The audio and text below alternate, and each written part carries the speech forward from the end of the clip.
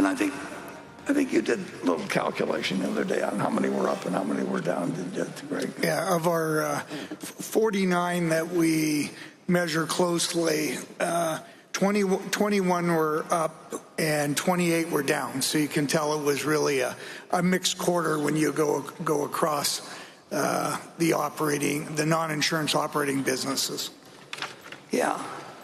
The next slide. I'm getting a 5-minute warning here. We'll throw the long ball now. Shows our financial condition, which continues to hold a lot more in cash and treasury bills than I would like, but that's simply a question of when opportunities occur, and if you get real opportunities every 5 or 6 years, you have to be patient.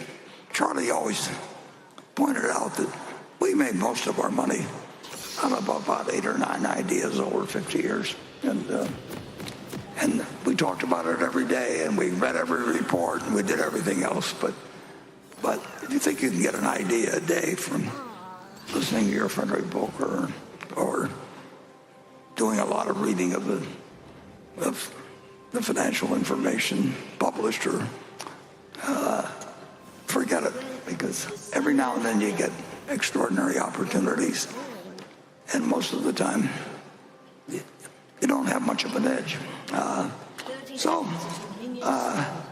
We also have on that our float, which continues to build. I don't think there's no company that has property casualty company that has our float as their achievement. Yeah, clearly we are heads and shoulders above anyone else. Yeah. So that is money that, as long as we're writing it, an underwriting profit is absolutely free money. And we would expect that over a 50 or 100-year period that we would be able to say the same thing. But there will be years when you have a very bad underwriting record, and it'll eat into the float earnings. But so far in the last 20 years, I think we've only had one underwriting loss of any.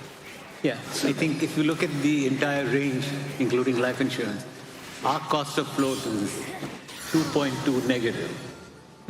That means we've got the float plus somebody's given us 2.2% of that as cash to. Yeah, it's like running a bank where people leave their money with you, and you pay a minus 2.2%, and you don't have any check clearing or anything else to do, and it's included in that. So, but we run our business actually with a different mindset than any other PC company, I think, probably in the world, and I wouldn't be talking about it if I thought they could duplicate it. And then the final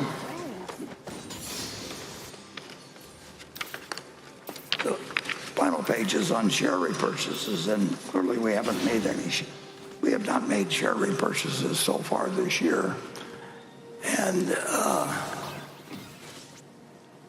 share repurchases, if Berkshire buys Berkshire shares and repurchases, we now pay more than you will pay if you buy Berkshire shares. I don't think people generally know that, but there is a tax that was introduced a year or so ago where we pay 1%, and that not only hurts us because we pay more for it than you do pay. It's a better deal for you than for us, but it actually hurts some of our investee companies quite substantially. And Tim Cook has done a wonderful job. I mean, really wonderful job running Apple, but he spent $100 billion roughly in a year repurchasing shares, and there's a 1% charge attached to that now. So that's $1 billion a year that he pays when he buys Apple stock in, which we like, compared to what you pay. And that doesn't sound like much, but Well, $1 billion sounds like a lot still. No wonder. But there are people that want to increase that particular rate dramatically, and you won't read about it or anything like that, but it does make it slightly less attractive than it was before, and we will only buy in our shares if we think that they're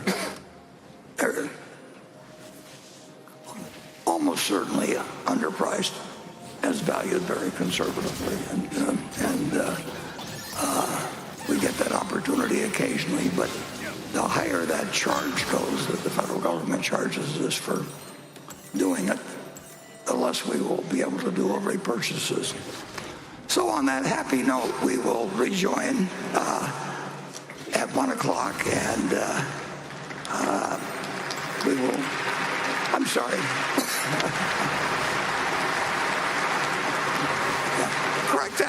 Correct that to 11 o'clock, and then we will. Yeah, 11 o'clock. And then we'll continue to 1 o'clock, and then in the meantime, enjoy yourself, and I think all our stores are still open, so bring the cash register. Sure, I'll help you here. Okay, everyone.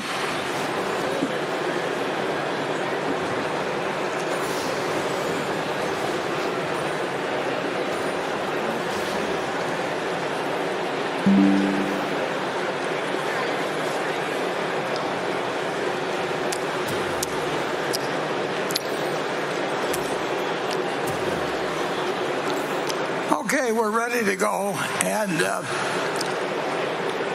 I'm going to lead off by actually recommending a movie. I know that's why you came, but I would recommend to all of you that you go to Amazon Prime. I've got no financial interest in this, but you go to Amazon Prime and click on a documentary called Becoming Katharine Graham. It's an incredible story from 50 or so years ago, and to some extent I had the good luck to be kind of a viewer of some American history that I think is fascinating. So if you feel that I misled you, you can write me a note, and I promise to report how many readers didn't agree with it. But click on the Becoming Katharine Graham, and you'll see a story of a remarkable story of American history. And there are a good many portions in there that I, who lived through that period, didn't know about at the time. And I don't think really every American citizen ought to watch it. So with that, I hope you all spend some more money out there in our friendly shops, and we will go to Station 9. Hi, Warren. My name is Robert, and I'm a shareholder from Toronto, Canada. So, Warren, 3 years ago, Charlie Rose asked you a question to the effect of what you wanted to be remembered for. And your reply was, he was a teacher. So in that spirit, Greg, I'm curious to hear maybe a story of where you learned something very profound from Warren. I'm sure you learned many things, but if there's a story that kind of comes up in your mind, we'd love to hear it. And vice versa, if we have the time, Warren, what's something that you maybe learned from Greg? Thank you. Yeah, I will turn this over to Greg in just 1 second, but now the main thing I'd like to be known for is old age.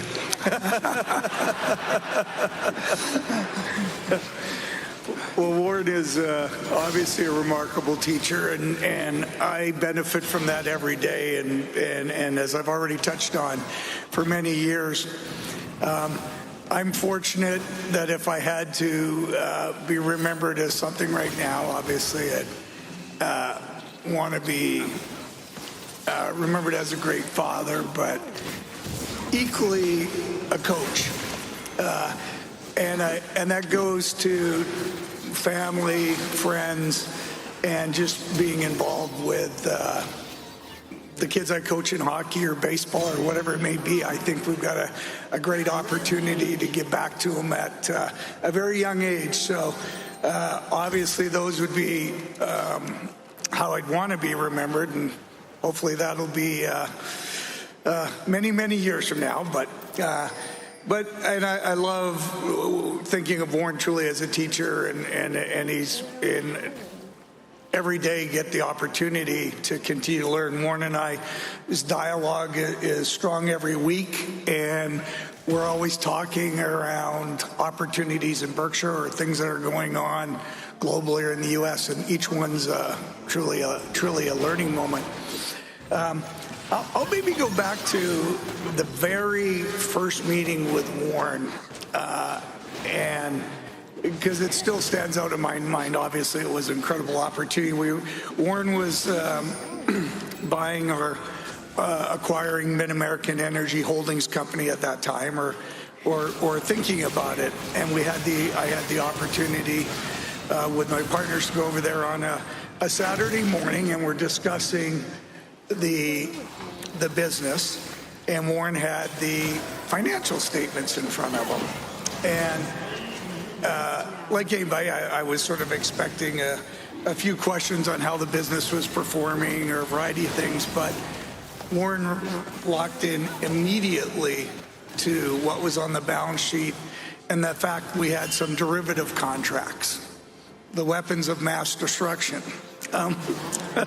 And associated with the utility business, we do have them because they use them to match certain positions, and they're never matched perfectly, but you do have them, and we're required in the regulated business. But I just remember Warren going to it immediately and asking the composition of it and what was the underlying risk in it, and wanting to thoroughly understand it. It wasn't that big of a position, but it was absolutely one of the risks he was concerned about as he was acquiring Mid-American. And obviously, in light of Enron and everything that had gone on, it was a very pertinent question. And then the follow-up to that was, then there's an energy crisis in the U.S.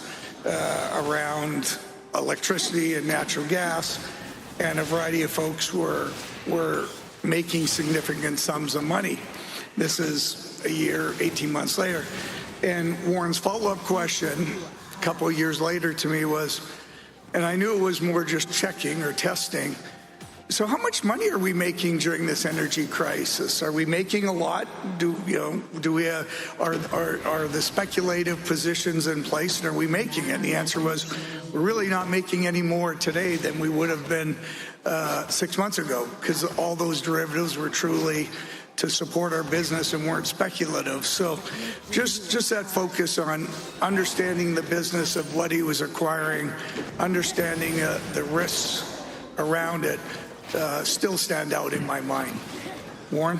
Yeah, it's that's one thing we've really never talked about here, but I spend more time looking at balance sheets than I do income statements. And Wall Street really doesn't pay much attention to balance sheets, but I like to look at balance sheets over an 8 or 10 year period before I even look at the income account, because there are certain things that's harder to hide or play games with on the balance sheet than you can with the income statement. And yeah, I mean, neither one gives you the total answer on anything, but you still ought to understand what the figures are saying, and what they don't say, and what they can't say, and what the management will like them to say that the auditors wouldn't like them to say. And I mean, there's just a lot to be learned, and you do learn more. You learn more from balance sheets, in my view, than most people give them credit for. In terms of, I really haven't. I'm not worried about being remembered about that. People don't remember. Well, they don't remember enough about Katharine Graham, for example, in terms of this story that shaped America in many ways. Certainly, it had just all kinds of impact. And I think, history is so fascinating. And Charlie was probably the best person you could imagine in what he learned. Charlie was never satisfied with just superficial things about any subject. He really wanted to understand it. And he always would tell me that, don't take a position on anything until you can describe the arguments against it better than the person who is arguing with you, that you should be able to argue their case better than they can. He was a remarkable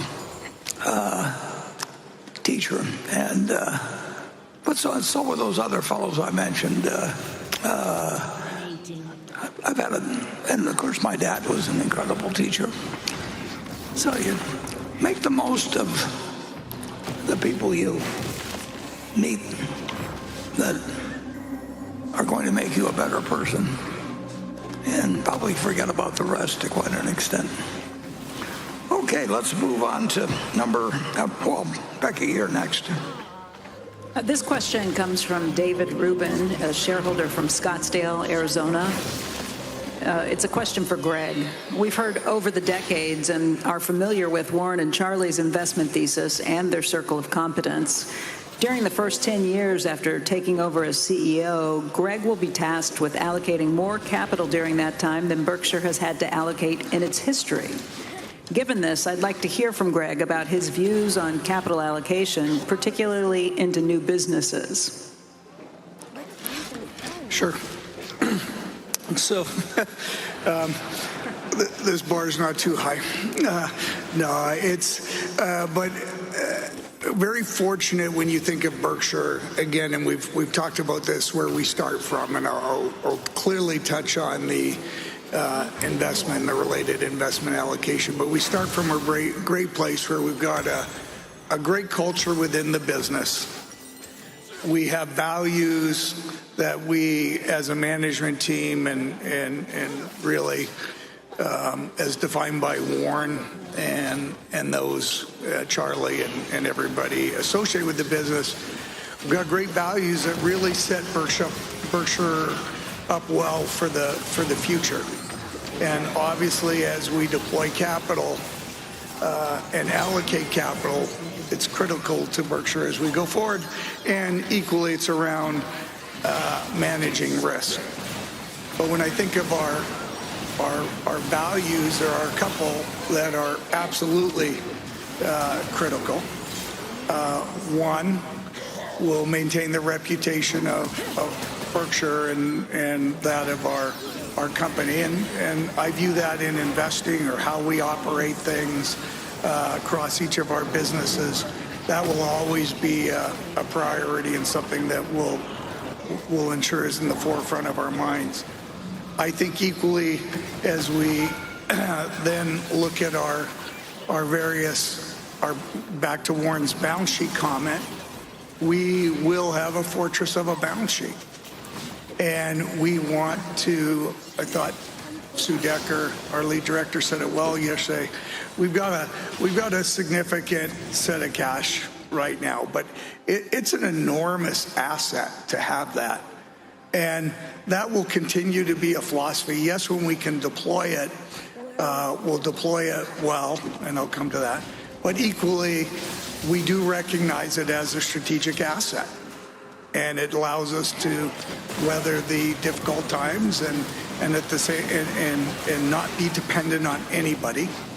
So again, that will be an investment philosophy. We will remain Berkshire, and we will never be dependent on a bank or some other party for Berkshire to be successful. Thank you.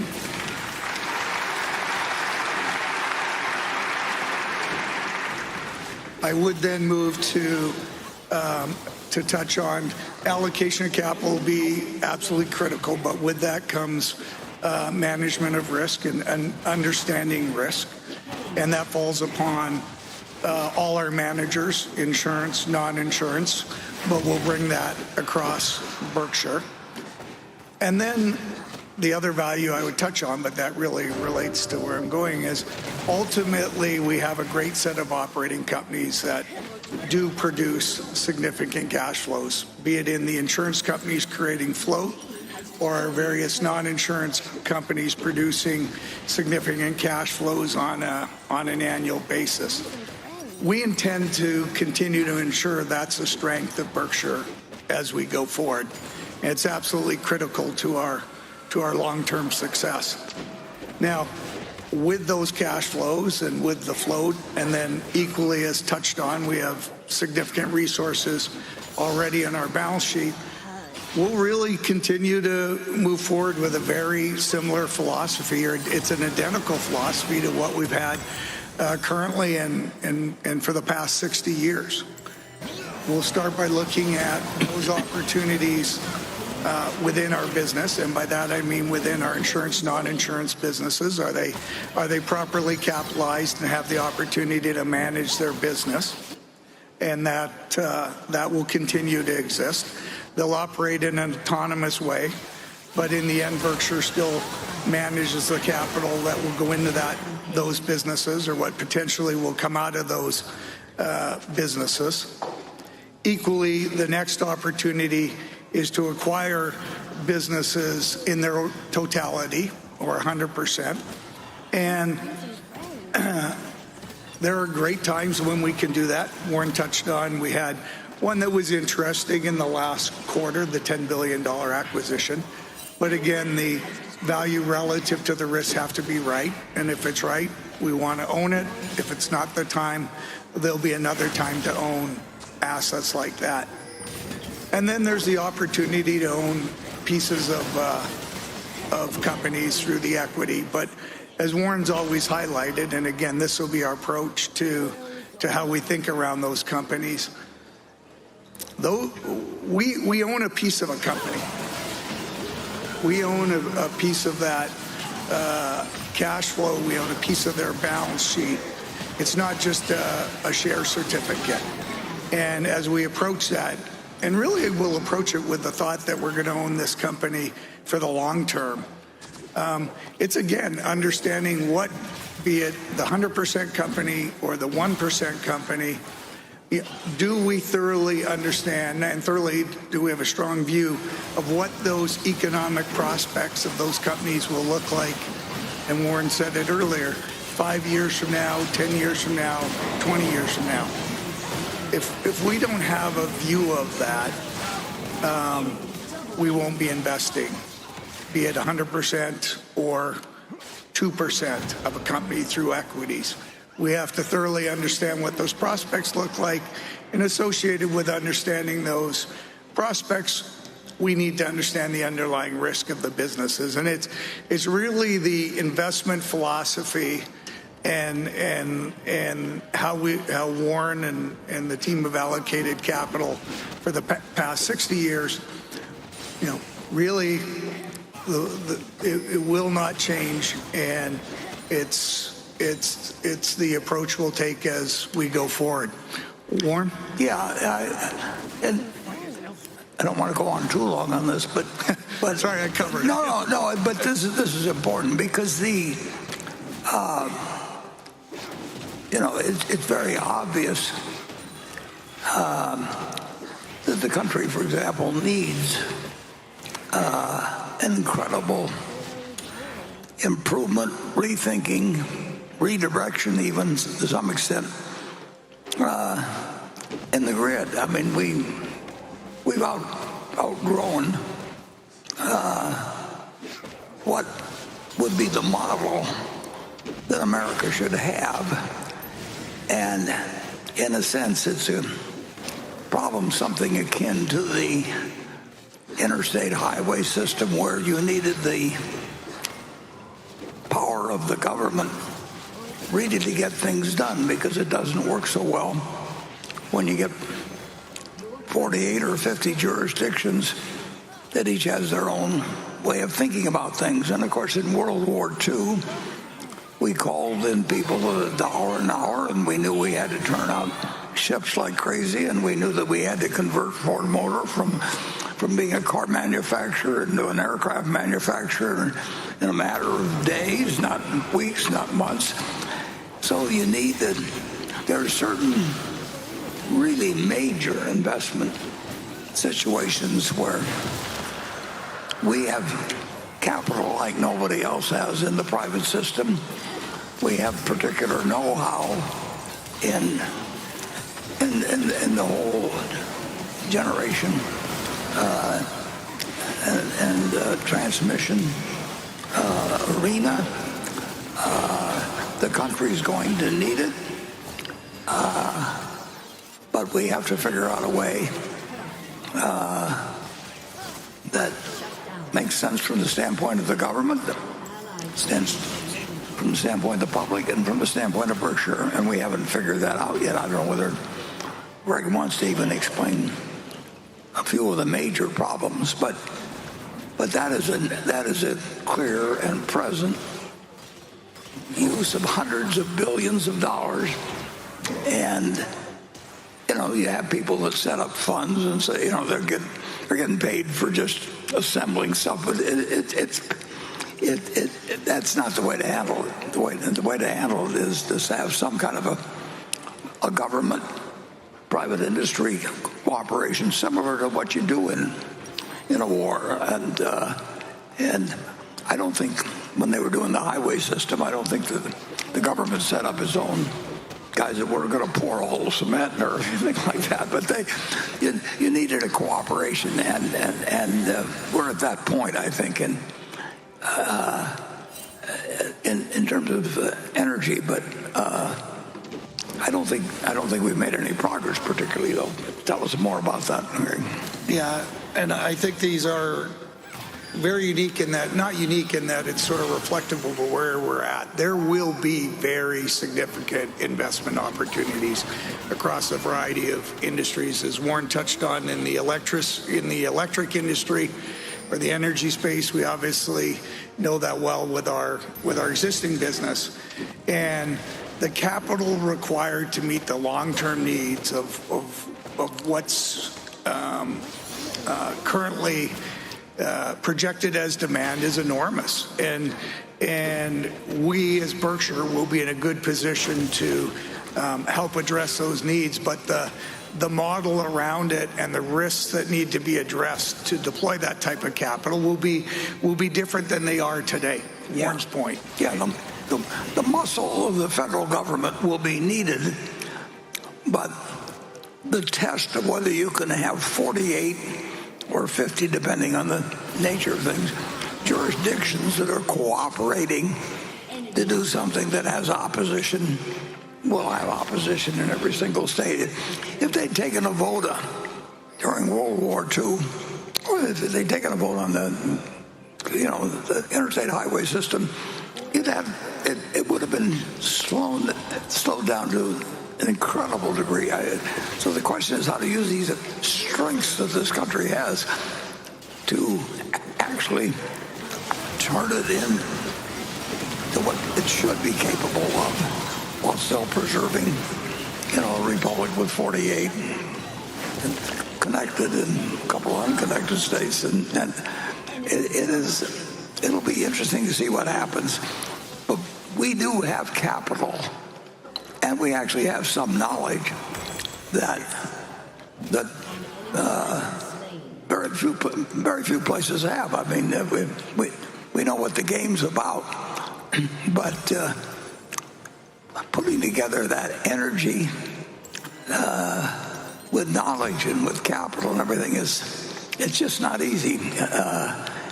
And it should be something that we're capable of in the country, but the country was not designed for having, in a certain way, it was not designed for having 48 different jurisdictions that could mess up anything that you were attempting to do. And during wartime, it's one thing to get agreement, but during peacetime, it's something. It's a different problem. That's going to be one for the next generation. But it's important. Okay, station 10.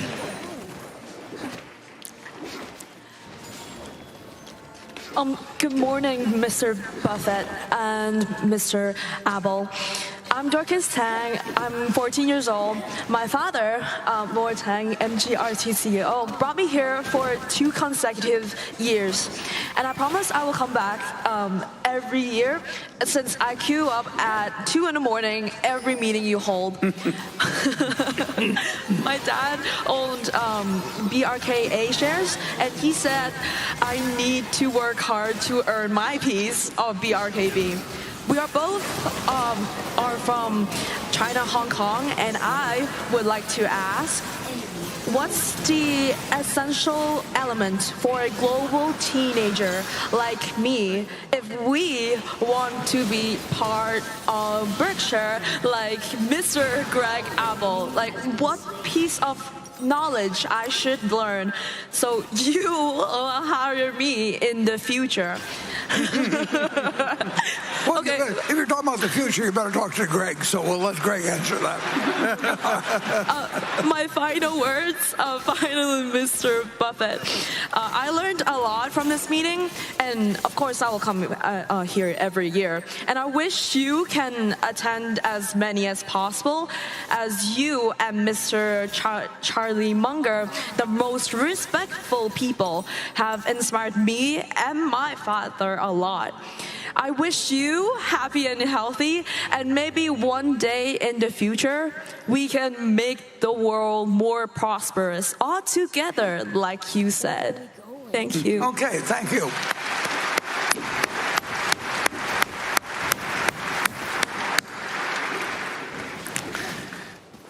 Yes, well, I think your dad said it best. He highlighted that to become part of Berkshire, to own some Berkshire shares, you're going to have to work hard.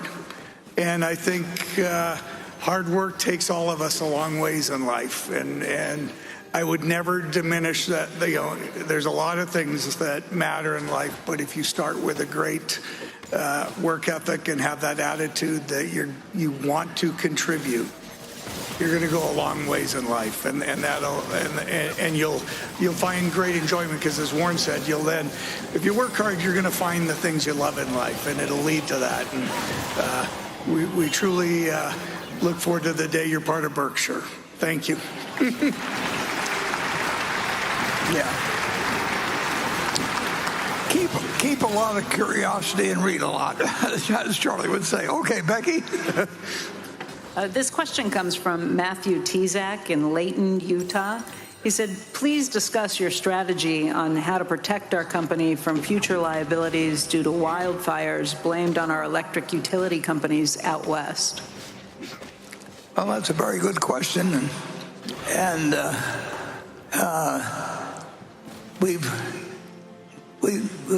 made some mistakes in the past when we bought Pacific Corp in 2005.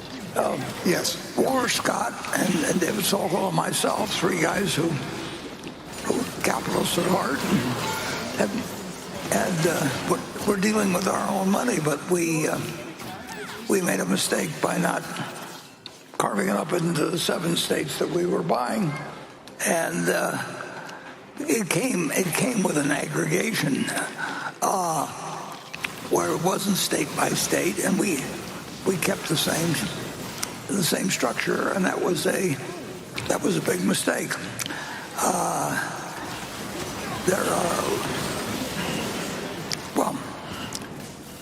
Every part of the country is going to need electricity, and there are going to be places where public electric or privately held electric utilities would be very foolish to operate. And how that gets resolved in a democracy, we will find out. But those are the facts as they stand now, I would say. Greg? Yeah. The reality, the risk around the wildfires, i.e. do the wildfires occur, they're not going away. No. And we know that, and the risk probably goes up each year. So, but what we can do to reduce the risk of it impacting our system and our underlying assets and unfortunately the liabilities that come with such events, we can change that and manage that. We can't eliminate the risk, but we can reduce it. And that's where we've got our teams in the West, but we really are approaching it across all our energy infrastructure, because the reality is the wildfires have now occurred in Texas. They've had a variety of them throughout the U.S., and we're all very focused on how we manage that risk. How we manage it is we start by addressing the actual assets, how we're maintaining them, and where we invest into them. So we try to make sure that they're either not causing the fire or potentially even hardening the system as to what can they withstand. So it's very much, we start with the operational focus. We then take it even further, and this is something Warren and I've discussed many times, is that the utilities started to recognize when we have these unusual weather events, and Warren touched on what's been happening in Nebraska with storms, but they're equally occurring or significant events occurring out west. But when we have those, we've gotten very, very good at saying, okay, we have to manage the system differently. We'll potentially de-energize because there's likely to be an event. But the one thing we hadn't tackled, and this is very relevant to the one significant event we had back in 2020 in Pacific Corp, is we didn't de-energize the system as the fire was approaching. Because our employees and the whole management team have been all their lives trained to keep the lights on. And the last thing they want to do is turn those lights off and have a system de-energized. And after those events, and as we really looked at how we're going to move forward in managing the assets and reducing that risk, we have clearly recognized as a team that we have to de-energize those assets. So now as we get fires encroaching at a certain number of miles, we de-energize, because we do not want to contribute to the fire, nor obviously harm any of our consumers or contribute, unfortunately, if there's a death. And that's really where we had to take our team, that we're managing a different risk now. It's not around keeping the lights on. It's around